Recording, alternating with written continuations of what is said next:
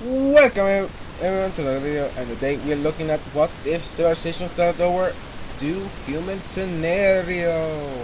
Now, last episode was kind of left off for cliffhanger because I didn't get to do everything in some certain place. But we'll get to do that and more in this video. So let's get straight to it, and let's get to mapping. Now, the last episode might have been kind of nonchalant because I still am recording this on the same day. But that's nothing to be worried about, as we're going to look at this and Die Long War. But we're also going to look at these four guys kind of doing some silly stuff. Also, these two are kind of getting friendly with each other, but we do see a large amount of forces over here going on to cut off the supply lines over here. Although they do commandeer the main road out and in, a kind of diversion force will cut open a area, and a few forces over here will be retracted to hold up this front. But the forces over here managed to break open the encirclement, only to be again met with another encirclement as this town has begun to fall.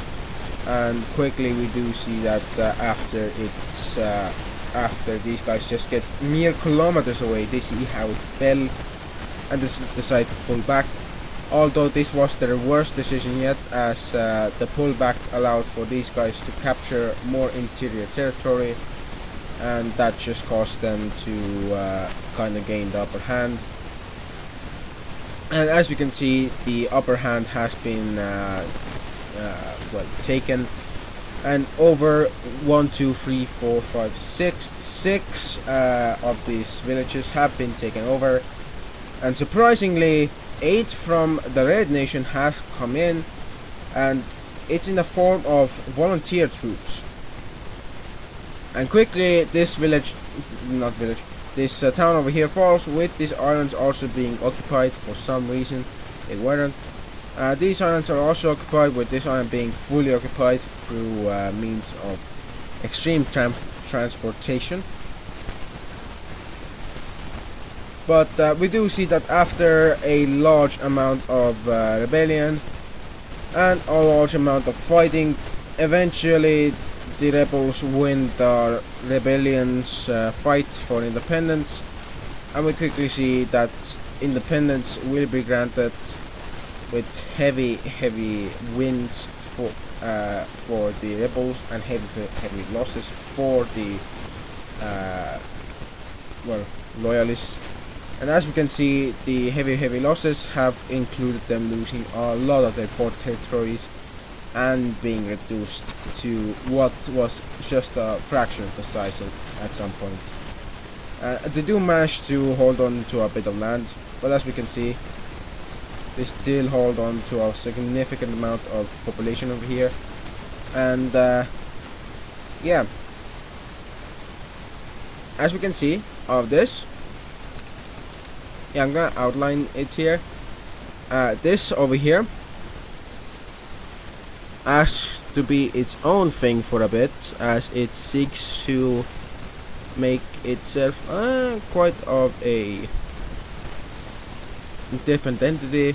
It is gifted this rare opportunity to flourish and become its own dynasty. Quickly this guy tries to influence it, but the rebels will stop it. And a quick rebel-led exploration group will actually also become an expansion force, as they will quickly take over these islands and expand south, meeting up with their brothers over here, and quickly decide to make a large union called the New Dynasty Union, or the Dynasty of Forever, or the Eternal Dynasty, as it's called in the modern time.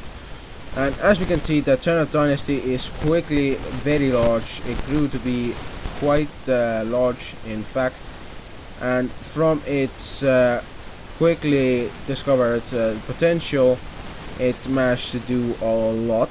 Like, it managed to go a lot more south than it thought it could. And it quickly also made it very clear that it is very strong by subjugating the local tribes over here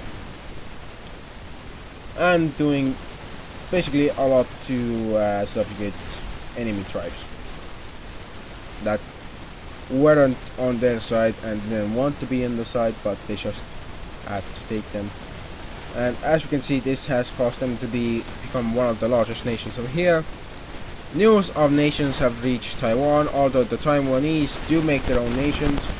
These are very small, and they're only in the northern parts of the Taiwanese island, and they're very ununified, leading to many conflicts. Sometimes leading to some nations collapsing, like there was a nation over here, but it kind of collapsed, and many new nations kind of coming into existence too. We also see that the largest of the nations, this middle nation over here, will also be the one to expand, mostly south, but it will be stopped because they have to consider their ally, the Scions. Yes, they have to consider those guys. The Scions also are very powerful in the neighbor things, but we do see that a small little people kind of make their own island nation. Now, it's debatable how long this lasted, but it was agreed that this guy was off the bat kind of just carved up by this nation for itself, and no one else got into the fun of carving it up. So yeah, Taiwan is now full on nationified, and we're gonna have some daily Taiwan updates. Yay! I'm gonna have so much fun. But we also see that this guy also does some exploration and expansion of its own, even though it doesn't really want to do that much. It will do it nonetheless, and it will see quite a large amount of success with a large amount of well, I can just say people going out in the countryside and seeing, you know what, this is more beautiful than the cityscapes, I'm gonna go and live there. And due to this, a large expansion towards the eastern parts of the world have been done, and in some rare cases it has already got up to a full-on border crisis, because people are moving so fast in so little area. In such a large area, people are unable to tell where they are going and how they are going to go there, and it causes this weird wonky border, which eventually has to be given kinda independence over here. This area is given independence, although it's only 5 people who kinda took the independence seriously.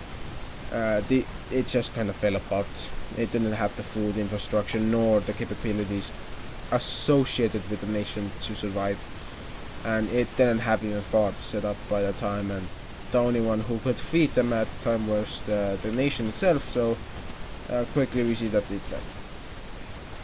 But the nation over here manages to become very large, very powerful, and over here we also see that this guy, with help from their allies, will be able to go over here and will also go on to expand, making quite a lot of the neighbors very flush. But one very large thing that happens is a personal union between this guy and this guy, which kind of causes some thoughts to stir up. Also, this guy demanded independence, because this area was demanded independence, and it wanted independence. It was given it. This guy was given it because, well, it could be a neutral town, and plus the influence, very much influence. We also see some areas over here managed to consolidate into one nation. Although it's quite expansive, it's also heavily diverse with 2 different people. And now we can finally go into the Long Wars. Now, the Long Wars are known in this part of the world as the most deadliest wars in early history, with many nations having to deal with either being invaded or not being invaded. And those many nations were around 5. And Ai Long was one of them, where, as we can see, they managed to push back the enemy, but they were unable to push them back fully, but they will also push into the islands they had over here. But we do see that after a bit, the forces will resurge across the border, taking key areas along the border areas, and also taking this area. They will only be able to take this larger island, as the smaller island over here was kind of just lost at some point, but then they just got it and annexed it. Same with that thing, when they annexed it, they just took it. That's when they annexed it, when they took it, I can say. But we do see that after a long time of trying to defend against these guys, they found out that these guys were only going towards the south, because the south is where the capital is. They aren't going north. So these guys over here ask, yo, can we go through you to get to these guys and get to their capital? And they tell that to this guy and this guy, because most of the forces are up here. They don't want to move them all the way here because of the logistics, and they want to defend this area. The blue guy says okay, so they move through. This guy says also okay, so they also move again through. But suddenly this guy says no and starts to ambush these guys and pushes them out of the nation, causing a full-on scare war over here that sees these guys that be dragged in the war, and quickly they see 3 losses at these 3 villages, and they quickly lose 2 more to incompetent defenders and incompetent generals. Down over here they lose that, and they also capitulate, where this nation is suspected of doing the same, so their southern areas and border areas will also be occupied, which is kind of an invasion, but it's not said, so it will be occupied until otherwise. And this guy is just brutally forced into the nation over here, and as you can see, weird borders, yes, but that's what happens. And quickly seeing these things that happened over here, forces will be recalled, but not in time, as these forces over here managed to surge across the border and even surround the capital of the Yellow Nation, and it's just kind of becomes a large attack of this guy's entire force. We do see that the southern offensive will be abandoned, and the rest of these areas, except for 2 very important areas that are in the south, these areas which are focused on quite heavily and will not be given away easily. But as we can see, they will be lost in a further battle to take these areas back, and well, they will be lost indefinitely. Naval forces will take over the areas when they land forces over here. They will beach themselves, but the land forces will be able to unbeach them, so they were ready for it. And we quickly see that the interior of this yellow country is forced down to that, but this blue country suddenly decides to say, you know what, we don't want to be oppressed, we are going to attack. And that's what they do when their armed forces kind of just rise up against their occupiers, and they say, yo, we don't like you anymore, get out of our nation. And quickly we see a large amount of skirmishes take place, as defensive militaries of this guy that suddenly turned attack into attack military or offensive military forces will be pushed back towards their capital slowly until they're unable to be pushed back further. Over in the north, this village is lost, and over here a storm campaign takes this area. Eventually a gap in the lines causes this village to be destroyed, And in a final ditch battle, the fight for this nation's life is done at the capital, and we see that this nation is destroyed with its capital gone, and soon after this nation follows, taking after its friend's footsteps. And as we can see, Korea is now united, but over in the north, they had to pull troops in out of this area. And why did they have to pull troops out of this area? Well, because they are fighting a southern front, and seeing that they were still fighting a war, this guy over here took the very large opportunity to invade these guys. They first invaded these areas and then these areas. Although defensive forces managed to push them back from the south and from the town, it kinda just caused them to leave this entire area here. Just keep on fighting in these areas. Kinda bad for them because these guys and these guys were friends, so they sent aid. And not only did they send aid, they sent military forces to invade. And that's what they did, and they also sent aid in the form of also invasion forces. I'm gonna just stop talking about this, and I'm gonna show you the aftermath. So these areas are giving to this guy. No surprise there. And quickly we see that this guy has aspirations to unite this, and this guy. And these two do, but they kinda stick to these guys. And very weird double village.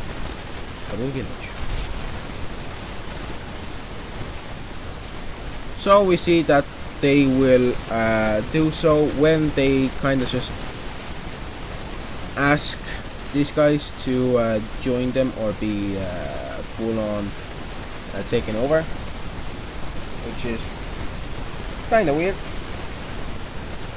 not gonna lie, but what can be done.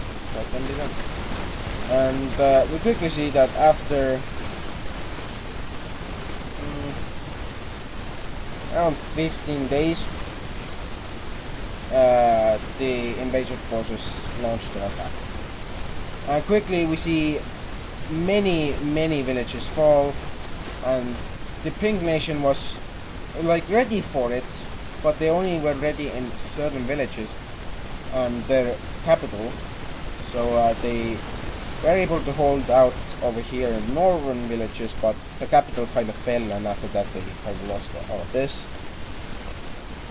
Then a further campaign up north happened, where these guys managed to take over this, and this guy over here, yeah, this guy likes this guy, and this guy likes this guy, so yeah, kinda no-brainer. These guys also came to help, and they sent forces over here to invade and help these guys out. And as we can see, they took very much inspiration from their little friend and did what they did, and that was blitz through this country, and they quit with so fast attacks through this entire country. And for the last country over here that kinda saw its friends fall, it went full on defense. It did not want anything else to do. It just went full on defense. And as you can see, it quickly is invaded from all sides, and when it loses its southern and western villages, and eventually also loses its last village, it is forced into a siege that is brutal but effective. And in the peace deal, each of these 5 nations is annexed to make greater nation of this greater nation. Gonna also have to lighten the color over here, because yeah, now it's mostly seeable and it sticks out. But we see that these 4 guys over here, yeah, they have a lot going on in between them, because one of them, this guy, is the reincarnation of the old guy, and he's seeking a lot of glory, a lot of reunification. So it has sent its forces into this guy. Now it says it's not doing this actively, so it is denying all possible accountability. But eventually, after taking the first bites of this nation, they were like, you know what? Fuck, we're gonna just invade full on. As you can see, this guy has their capital all the way here, and these guys have the capital all the way here. Long,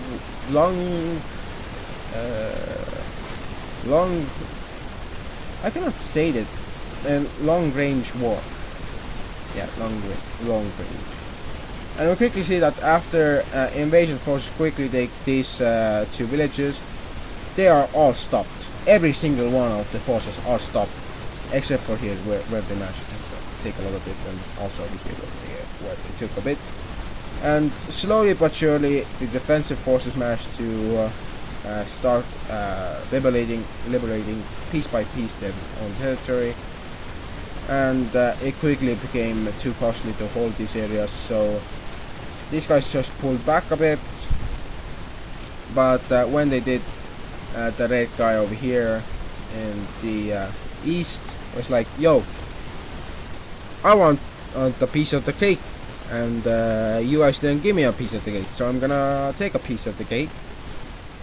And what they did, they made it. They quickly took this town by surprise and took it over, while over here they just pushed into this nation and decided to do whatever they wanted to it. And we quickly see that this turned into a three-way war. Not to worry, because this guy kind of sent its forces in this guy to help these guys fight, and this guy kind of took that in the wrong light. So yeah, another invasion, but this time they only were able to take the villagers, nothing else. So we have a four-way war. This guy is invading all of these guys. This guy and this guy are defending against this guy, and this guy is being invading this guy and being invaded. Keep a track of all of it, and eventually you will go insane. That's what I'm saying. But we quickly see that after a large amount of fighting, a very noble group, well, a clan of people will take over command of a certain force that has managed to push into deep enemy lines, and they will not be able to do much pain to the enemy. But after they manage to get reinforcements of around 500,000, they wreak havoc in the back lines. They are known as the Clan of Evil, because how evilly they act. They go after town supply lines and village supply lines. They don't even take the villages, they just take their supplies and just live off that. And that's actually kind of smart, and they use this tactic quite a lot until they surround some of these villages and towns. Well, this town and the surrounding villages. And quickly we see that these areas become very, very coveted by the local clans, who very much want to obtain a lot of glory, a lot of prestige. So they will be only able to liberate 2 of these villages, while the other ones who tried will see massive defeats and massive humiliation, as they are either slaughtered or they are captured and sold into slavery. And we quickly see that these villages over here also are pulled back from by the clans, and this town over here decides to give up. The forces over here managed to retreat safely and defend the border, and they also sent their forces to start taking over all of this. And once they started to do so, orders were given to pull back all the forces from over here, which was done. But the loss of the clans kind of hit the guys over here hard, as they were trying to defend as much as possible. These guys in this region and every other region, but they were unable to do so. And now they're down multiple clans, they are unable to fight properly, so they will send in one entire division of clans, basically. And quickly we see that this division of clans, of around 5 clans, large division, will be very successful and will take that back to town in a siege style combat maneuver. And we quickly see that they will be able to push back the forces of this guy, and even send in some of their own forces to occupy some of the border areas to make some buffer zones, which kind of enrages this guy, who quickly sends its own best forces, and quickly the both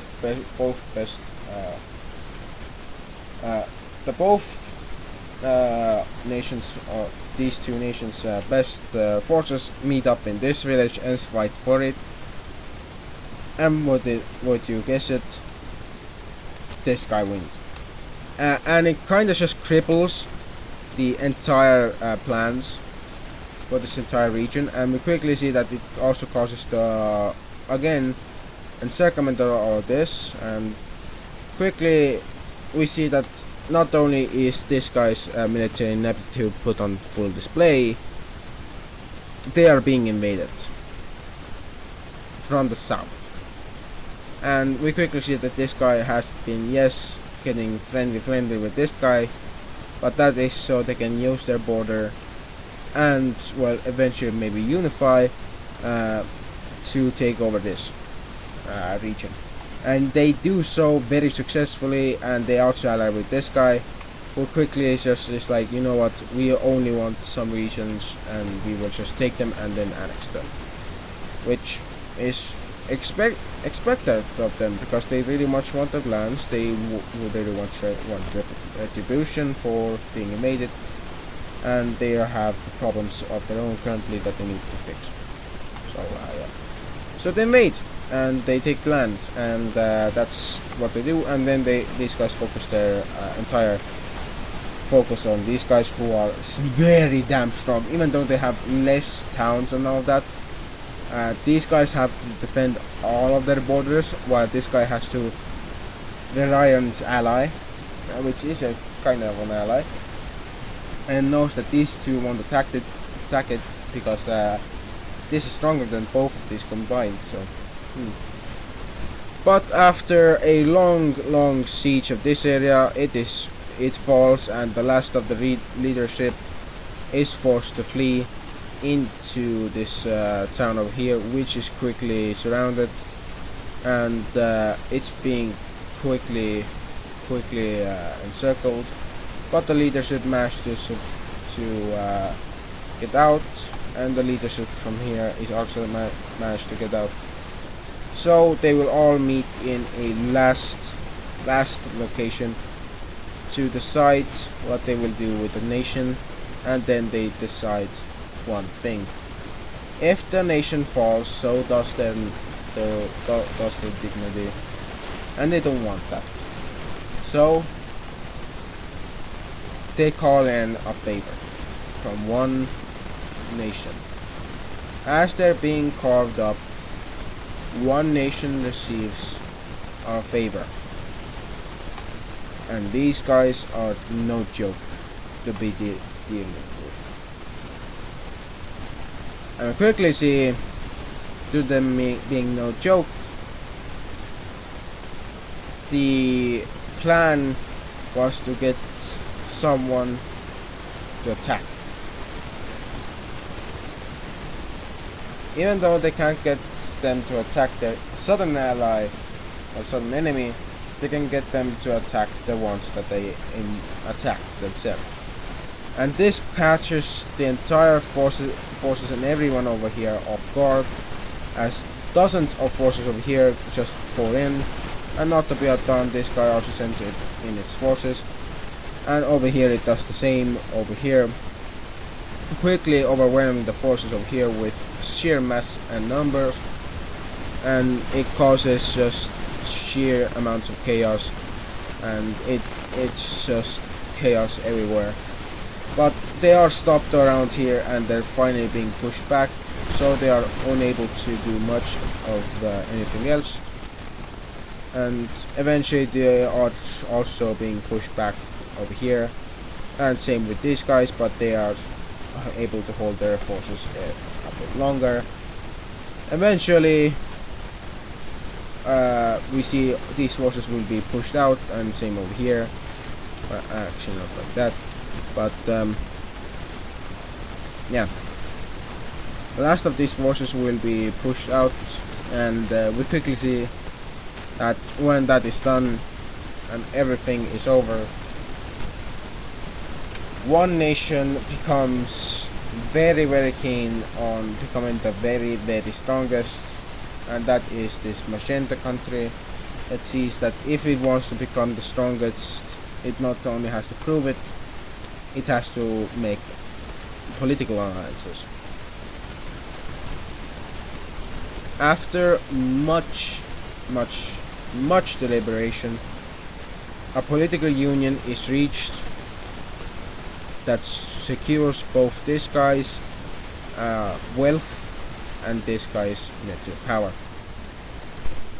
The union of Linglong has been done, and the Linglong dynasty has arrived. With the Linglong dynasty having arrived, these three enemies are now banded together to defend these areas.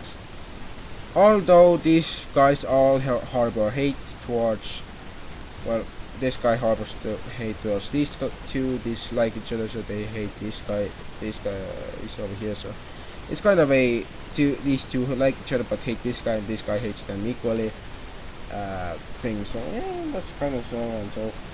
But we quickly see that this just causes a lot of dumb stuff to happen. But the Linglongs will quickly, not like that, will quickly go on and invade these areas, becoming one of the strongest, if not the best invader of the area. But quickly we see that counter-invasion forces will arrive in the form of liberation forces who act as liberation forces, but they're not liberation forces, so nobody really knows what they're there for. Except for them, they know why they're there for, and that is to take over the rest of this and push back the enemy, who is basically pushing into these areas. Even though they are managing to push back the strongest nation in current China and the current China, they are unable to hold their offensive and are being pushed back quite harshly. And at this point they're like, yo, can we just time out please, and it's granted, and they are able to make a whole understanding of what's happening over here, and these guys just make a deal. These two make a deal. This guy will attack it, and it will ally with this guy in case of any war, and this guy will do the same, and these two are annexed. Well, not fully annexed. This guy was initially just, partially occupied, but eventually we do see that a war needed to happen just for this guy to fall over. And in the largest battle of Asia, the medieval largest battle, we see that in this village hundreds, if not thousands of men will not hundreds of thousands, but about 100,000 men will meet up with their counterparts from this guy's nation, well, not this guy's, this nation, and they will win, although it will be at the cost of this guy's king and the cost of this guy's best general. These guys will lose, they will be annexed, and eventually we do see that after all of that, a large agreement is signed that says if we are able to gain what we strategically desire and we are able to maintain what we desire, we will not invade anyone. But if we desire something that anyone else has, we will invade them for it. And we want it. So give us what we want, or we will invade you. And the second strongest, Hai Long, is like, yo, this is too much. And eventually, seeing how this is just a liability at this point, they don't want to just have this anymore. They give this thing independence, and it immediately just joins this guy because he kind of hated all of this guy up here. But surprisingly, this guy just doesn't care, as people just continue to move south, continue to move west, and eventually we have this weird nation just forming where it's very expansionist. It does not stop expanding until it's just too large to continue, and it just takes control of any people that it meets, and it just says this, like, the people of this nation say, yo, if you join us, it will be cool and we will very much like it, and we won't invade you, so better like us. And oh my god, I think I missed something. Oh hell, please don't tell me I did. Is that no?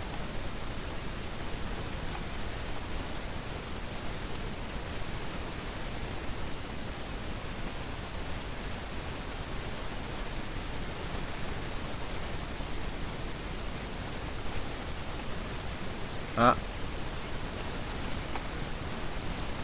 there we go. And as we can see, this nation quickly becomes very large, and it's the largest nation alive. Although, due to its largeness, it is unable to do what it would like to do the most, and that is expand and expand and expand and expand and eat land and eat land.